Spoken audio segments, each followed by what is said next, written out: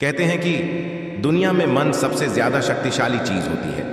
अगर किसी चीज को तुम पूरे मन से चाह लो तो तुम उसे हासिल कर सकते हो। ये मैं नहीं कहता, ये सभी महापुरुषों का कहना है। लेकिन अगर यह सत्य है, ये सच है, तो जो हम अपने मन से चाहते हैं वो हमें हासिल क्यों नहीं होता है। भाई, कोई भी इंसान अपने मन में दुख तो नहीं चाहेगा, लेकिन वो रहता तो दुखी ही है। हर इंसान अपने मन से तो कामयाब होना चाहता है, खूब पैसा कमाना चाहता है, लेकिन फिर भी वो कामयाब नहीं होता। भला ऐसा दुनिया में कौन इंसान होगा जो अपने मन में ये चाहेगा कि मैं नाकामयाब रहूं या मैं पैसा ना कमाऊं। सोचने की बात है। तो इसमें दो चीज़ें निकलकर सामने आती हैं। या तो वो महापुरुष गलत थे जिन्होंने ये बात बोली कि मन से चाही हुई चीज़ हासिल हो जाती है, या फिर हम गलत हैं। आज की कहानी जो मैं आपको सुनाने वाला हूँ, उसमें आपको एक ऐसा मंत्र मिलेगा। उसे समझने के बाद आपको एक ऐसा मंत्र पता चलेगा जिससे आप ये समझ पाएंगे कि अपने मन से कोई भी चीज़ कैसे करवाई जाती है, मन में किसी भी बात का बीज कैसे बोया जाता है। ये इस कहानी से आपको अच्छी तरह से समझ में आ जाएगा, और इससे आप यह भी समझ पाएंगे कि आकर्षण का नियम को लो अट्रैक्शन कैसे काम कर। एक बार की बात है, एक आदमी के जीवन में सिर्फ दुख ही दुख थे। वो जो भी काम करता, उस बेचारे को वो काम पूरा ही नहीं होता। घर में आता तो घर में क्लैश बना रहता, किसी से कोई मदद मांगता तो कोई उसकी मदद नहीं करता। ऐसा लगता था कि चारों ओर से दुखों का पहाड़ उसी पर टूट पड़ा है। उसे समझ नहीं आ रहा था कि मैं इन दुखों से पार कैसे पाऊं। वो दिन रात यही सोचता रहता कि अपने दुखों से छुटकारा कैसे पाना है। इसी कारण से वो रात में सो भी नहीं पाता था। उसकी आंखों के नीचे बड़े बड़े काले घेरे बन गए थे, जो इस बात का प्रतीक थे कि वो आदमी कितना दुखी है और कितना चिंतित है। कभी कभी तो उसके मन में आत्महत्या करने की भी ख्याल आते थे, लेकिन अपने परिवार की चिंता करके वो ये कदम नहीं उठा पाता था। वो इतना दुखी हो गया कि उसने निर्णय किया कि वो इन दुखों से छुटकारा पाके ही रहेगा। इसके लिए चाहे उसे कितनी भी मेहनत करनी पड़े, कुछ भी करना पड़े, चाहे अंगारों पे भी चलना पड़े, लेकिन इन दुखों से छुटकारा हासिल करके ही रहेगा।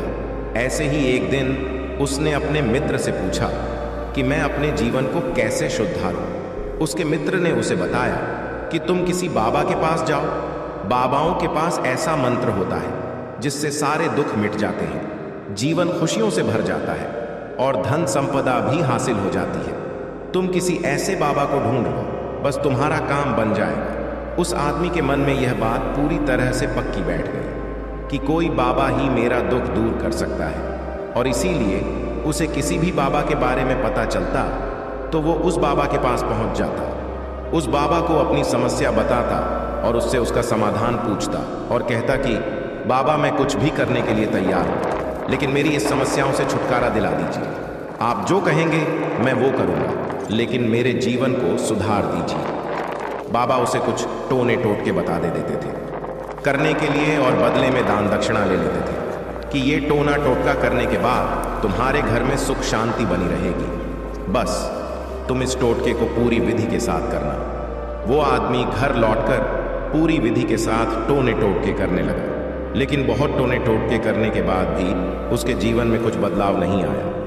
इसके विपरीत उसका जीवन और ज्यादा दुखी हो गया। जो भी बाबा उसे टोना टोटका देता था, वो बदले में उससे दान दक्षिणा लेता था, जिससे उसका धन भी धीरे धीरे खत्म हो रहा था। इससे उसके जीवन में दुख और ज्यादा बढ़ गए। तब उसे लगा कि बाबाओं के पास जाने से तो मेरे जीवन में दुख कम होने की बजाय बढ़ते ही जा रहे हैं। तो मुझे क्या करना चाहिए? बाबाओं के पास जाऊं या ना जाऊं? फिर एक दिन एक आदमी ने उसे बताया कि तुम अपने घर में किसी पंडित को बुलाकर हवन करवा लो। हवन होगा, घर शुद्ध हो जाएगा, कोई भी बुरी ऊर्जा होगी घर में तो वो घर से बाहर चली जाएगी। किसी पंडित को बुलाकर पूरे विधि विघ्नों से मंत्र उच्चारण कराओ और हवन कराओ, जिससे घर में सुख शांति आए। उस आदमी के मन में ये बात बैठ गई और उसने एक पंडित को अपने घर पर बुलाकर हवन करवा दिया। हवन अच्छी तरह से संपन्न हुआ। बदले में पंडित ने भी अच्छी दान दक्षिणा ली और उसके बाद वो वहां से विदा हो गया। लेकिन कुछ दिनों के बाद उस आदमी को महसूस हुआ कि उसके जीवन में अब भी कोई बदलाव नहीं आया है। अब वो आदमी पूरी तरह से दुखी हो गया और ज्यादा परेशान हो गया। अब तो उसे लगने लगा था कि मेरे जीवन में से दुख कभी खत्म ही नहीं होंगे, और यही सोच सोचकर उस आदमी का बुरा हाल हो गया था। फिर एक दिन उसे अपने मित्र से एक ऐसे बाबा के बारे में पता चला जो समाधान बताने के लिए कोई दान दक्षिणा नहीं लेता था। उस आदमी को लगा कि ये बाबा दूसरे बाबाओं की तरह नहीं हो सकता, क्योंकि ये दान दक्षिणा तो लेता ही नहीं, और अगर दान दक्षिणा नहीं लेता तो यह सच में कोई सिद्ध बाबा होगा। और यही सोचकर वो उस बाबा के पास पहुंच जाता है।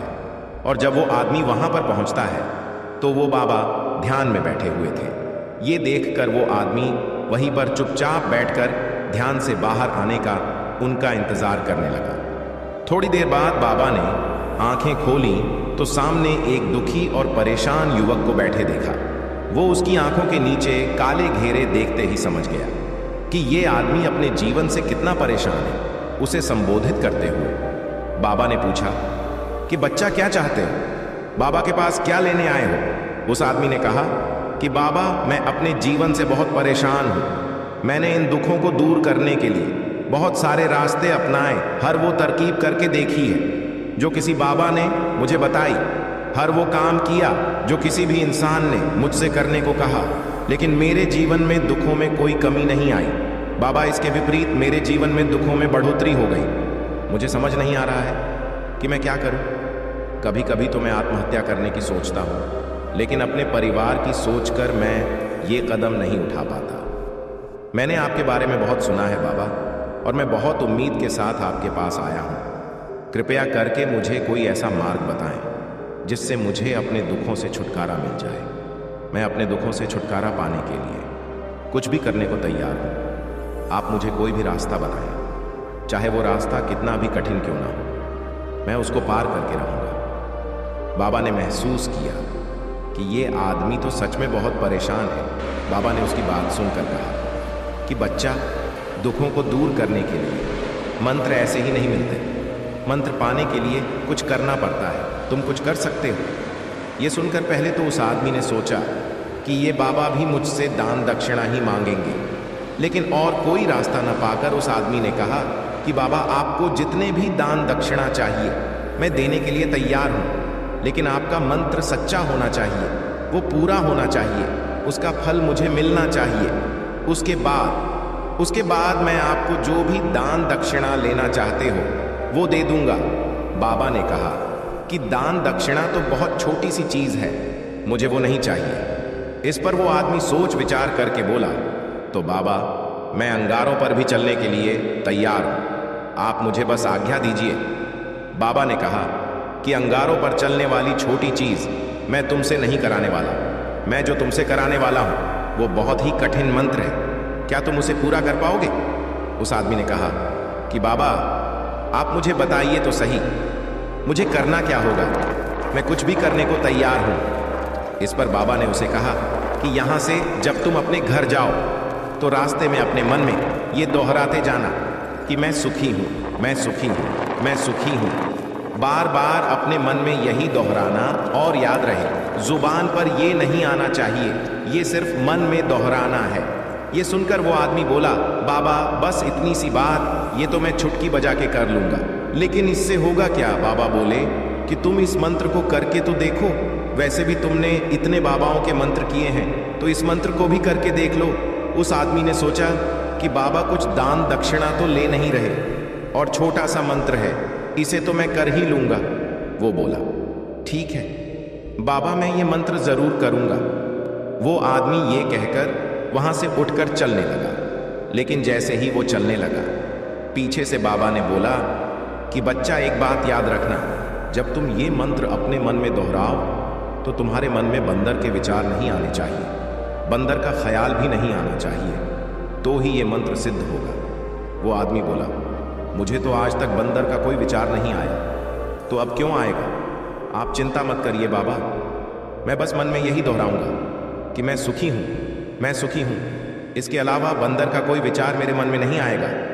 ये कहकर वो आदमी वहां से चल दिया। वो अपने मन में मैं सुखी हूं, मैं सुखी हूं, ये दोहराता हुआ थोड़ी दूर ही चला था कि उसके मन में अचानक बंदर का ख्याल आ गया। बंदर का ख्याल एक बार आया और चला भी गया। लेकिन उस आदमी ने सोचा कि आज तक तो मुझे बंदर का कोई विचार नहीं आया, ये आज बंदर का विचार क्यों आ गया। और ऐसे करके उसने उस बंदर के विचार को पकड़ लिया। वो ये भूल गया कि मुझे क्या मंत्र दोहराना है और वो बंदर के बारे में सोचने लगा। जब थोड़ी देर बाद उसे फिर से होश आया तो वो फिर से अपना वही मंत्र दोहराने लगा जो बाबा ने उसे बताया था, मैं सुखी हूँ, मैं सुखी हूँ। लेकिन अचानक से उसे उसके सामने एक बंदर दिखाई दिया और ये देखकर उसके मन में फिर से बंदर का विचार उठ गया और वो अपने अंदर से उस विचार को बाहर फेंकना चाहता था। वो चाहता था कि मेरे अंदर किसी भी तरह बंदर का विचार ना आए, लेकिन उसे तो उसके सामने बंदर ही दिखाई दे गया। ऐसे ही जद्दोजहद करते करते वो घर पर पहुंचा और घर पर पहुंचने के बाद अपनी पत्नी को कहा कि हे बंदरिया, मुझे खाने में बंदर परोस दो। और जब उसे एहसास हुआ कि उसने क्या बोल दिया तो वो अपने बाल नोचने लगा। वो दीवारों में सर मारने लगा कि आज तक मुझे बंदर का कोई विचार नहीं आया और आज मुझे ये क्या हो गया है कि मुझे हर जगह बंदर ही बंदर नजर आ रहे हैं। ये कैसी माया है। यहीं सोच सोच कर वो आदमी रात भर सो नहीं पाया। रात भर करवटें बदलते रहा और सुबह उठते ही सीधे उस बाबा के पास पहुंच गया और उसके चरणों में गिरकर कहा कि बाबा, पता नहीं क्या चमत्कार हो रहा है, आज तक मुझे बंदर का कोई विचार नहीं आया, लेकिन कल से जब से आपने मुझसे कहा कि बंदर का विचार नहीं आना चाहिए, तब से मुझे हर जगह बंदर ही बंदर नजर आ रहे हैं। उस आदमी ने कहा कि बाबा, मुझे तो आपके पीछे पेड़ पर बैठा हुआ बंदर भी केले खाता हुआ दिखाई दे रहा है, ये हो क्या रहा है। बाबा ये सुनकर बाबा हंसने लगे और कहा, बच्चा, मन का जाल एक ऐसा जाल है जिसे समझ पाना इतना आसान नहीं है। बंदर तो तुम्हारे रास्ते में पहले भी आते थे। जब तुम मेरे पास आए थे तो इन्हीं पेड़ों पर ये बंदर घूम रहे थे, लेकिन तब तुम्हारे ध्यान में ये बंदर नहीं था, तब तुम्हारे ध्यान में सिर्फ अपने दुख थे। इसके बाद बाबा ने उसे बताया कि बच्चा, हम जिस चीज से भी दूर भागना चाहते हैं वही चीज हमारे मन में बहुत गहरे में प्रविष्ट हो जाते हैं, वो हमारे अंतर मन में समा जाती है। असल में हम जिस चीज से भी छुटकारा पाना चाहते हैं उससे छुटकारा इसीलिए पाना चाहते हैं कि वो हमारे साथ बहुत गहरे से जुड़ी हुई है, और हम जितना ही उससे छुटकारा पाना चाहते हैं वो उतनी ही गहरी हमारे मन में बैठती चली जाती है और आखिरकार वो हमारे अंतर मन में छा जाती है।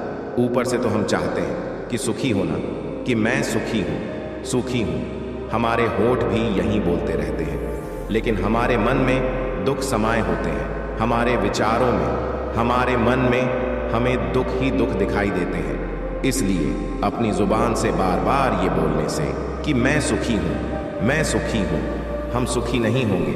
जब तक ये मंत्र हमारे अंतर मन में प्रविष्ट नहीं होगा तब तक हम सुखी नहीं होंगे। इस पर उस आदमी ने पूछा कि बाबा, लेकिन ये मंत्र हमारे अंतर मन में प्रविष्ट कैसे होगा। ये सुनकर बाबा ने कहा कि बच्चा, अपने दुखों से लड़ना बंद कर दो। जब तक तुम अपने दुखों को दूर करने की सोचते रहोगे तब तक वो दुख तुमसे चिपके रहेंगे, तब तक वो दुख तुम्हारा अंतर मन पर अपना राज जमाए बैठे रहेंगे। और जिस दिन तुम उन दुखों के बारे में सोचना ही छोड़ दोगे, उन दुखों से छुटकारा ही नहीं पाना चाहोगे, उसी दिन से तुम्हारी जिंदगी से दुख गायब हो जाएंगे। क्योंकि किसी भी चीज से छुटकारा पाने के लिए हमें उस चीज के बारे में सोचना पड़ता है, और हम जितना ही उस चीज के बारे में सोचते हैं वो उतनी ही गहरी हमारे मन में प्रविष्ट होती चली जाती है।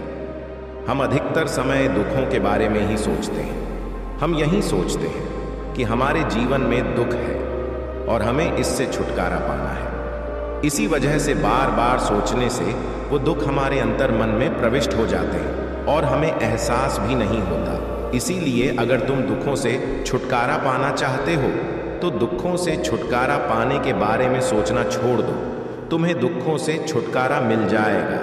अक्सर आदमी धूम्रपान छोड़ना चाहता है, शराब छोड़ना चाहता है, सुबह अपने आप से ये वादा करता है कि मैं कोई भी गलत काम नहीं करूँगा, लेकिन शाम को जब लौटता है तो नशे में चूर होकर लौटता है।